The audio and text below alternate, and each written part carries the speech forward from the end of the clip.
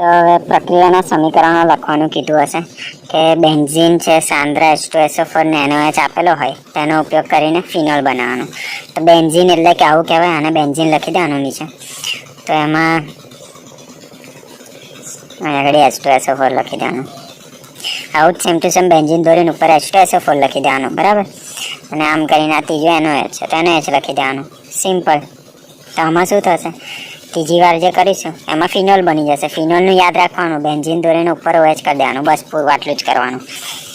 હવે ફિનોલને શું કહેવાય, આ OH વાળું. ઓકે, એમાંથી એસ્પિરેટ્રીન બનાવવાનું છે. તેમાં શું થશે, NOH સાથે પ્રક્રિયા થશે, H નીકળી જશે ને એને આવી જશે. પાછી પ્રક્રિયા થશે CO2 અને H જોડે, બરાબર.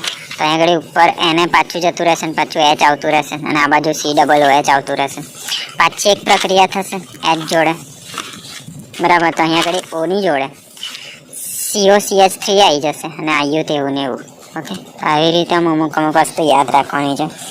પછી જે તૃતીયક બ્યુટેરાઇન આલ્કોહોલને CU ની હાજરીમાં તાપમાને ગરમ કરતા જે સમીકરણ મળે, એટલે કે તૃતીયક બ્યુટેર એટલે શું, આ 3 સાઈડ CH3 હોવું જોઈએ, આ બાજુ OH ને વચ્ચે C. ઓકે, તેને જ્યારે ગરમ કરીશું તો H2O એટલે કે પાણી જતું રહેશે, એટલે કે અહીંનો એક જતો રહ્યો, ઓપન જતો રહ્યો, પણ અહીં આગળ 2 H જવાડવાના છે. એક H જતો રહ્યો તો અહીંથી એક H જવાડા દઈશું તો અહીં આગળ 2 રહી જશે, બસ. બીજું લખી દીધું, આ જતું રહ્યું, અહીંથી એક H જતો રહ્યો, પૂરું. ઓકે, CH2માં રહેલા બ્રોમિનની ફિનોલ સાથેની પ્રક્રિયાનું સમીકરણ. તો CH2માં આયુ આપણે ફિનોલ દોરી દેવાનું OH વાળું. ઓકે, એમાં બ્રોમિન સાથે એટલે Br સાથે પ્રક્રિયા થશે તો અહીં આગળ સાઈડ પર એક Br આવી જશે અને પ્લસ એક આ બાજુ સાઈડ પર આવશે ને એક આની સામેની સાઈડ Br આવી જશે, બસ આટલું જ દોરવાનું.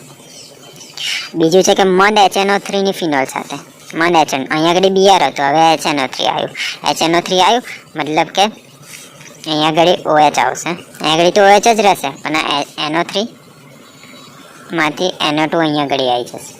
ઓકે, અહીંયા આગળ કેવું આમ સામે કર્યું તે રીતના પ્લસ કરીને NO2 પાછું અહીંયા આગળ સામે કરી દેવાનું. ઓકે, પછી ફિનોલનું ક્રોમિક એસિડ એટલે કે H2SO4 માં કેવું હશે, OO, H નીકળી જશે અહીંથી અને સામે OO કરી દેવાનું, બસ પૂરું આટલું જ કરવાનું. ઓકે, હવે છે ઇથેન નાઇટ્રાઇલ, એસિટાઇલ ક્લોરાઇડ અને ઇથોનેટમાંથી એસિટિક એસિડ બનાવવાનું. ઓકે, તો